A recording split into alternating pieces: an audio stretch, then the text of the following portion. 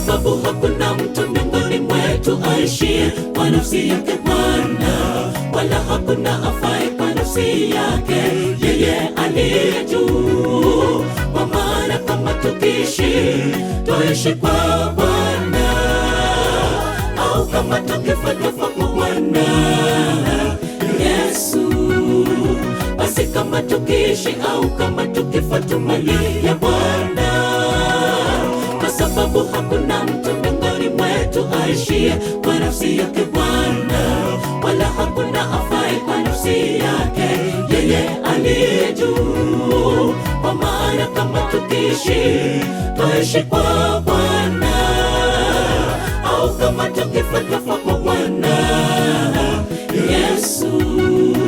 Basi kama tukiishi au kama tukifa, tu mali ya Bwana. Lakini wewe je, mbona wamhukumu ndugu yako? Au wewe je, wamdharau ndugu yako? Lakini wewe je, mbona wamhukumu ndugu yako? Au wewe je, wamdharau ndugu yako?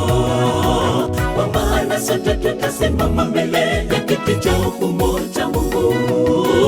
Lakini wewe je, mbona wamhukumu ndugu yako?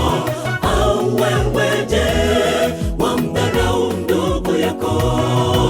Kwa maana sote tutasimama mbele ya kiti cha hukumu cha Mungu.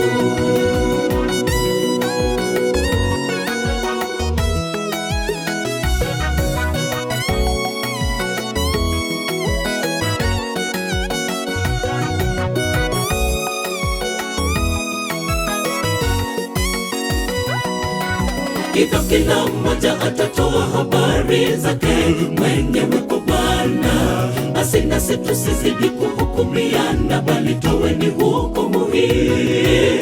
Mtu asitoe kitu cha kumpweza au cha kumwangusha. Najua tena imehakikishwa sana katika Bwana Yesu, ya kuwa hakuna kitu kilicho najisi kwa asili yake. Hivyo kila mmoja atatoa habari zake mwenyewe kwa Bwana. Basi nasi tusizidi kuhukumiana, bali toweni hukumu hii. Mtu asitoe kitu cha kumpweza au cha kumwangusha. Najua tena imehakikishwa sana katika Bwana Yesu, ya kuwa hakuna kitu kilicho najisi kwa asili yake. Lakini wewe je, mbona wamhukumu ndugu yako? Au wewe je, wamdharau ndugu yako?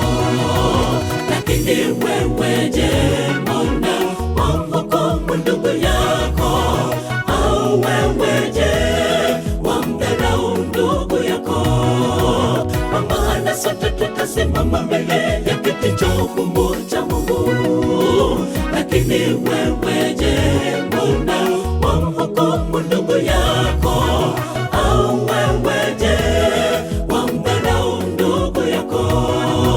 Kwa maana sote tutasimama mbele ya kiti cha hukumu cha Mungu. Lakini wewe je, mbona wamhukumu ndugu yako? Au wewe je, wamdharau ndugu yako? Kwa maana sote tutasimama mbele ya kiti cha hukumu cha Mungu. Lakini wewe je, mbona wamhukumu ndugu yako? Au wewe je, wamdharau ndugu yako? Kwa maana sote tutasimama mbele ya kiti cha hukumu cha Mungu.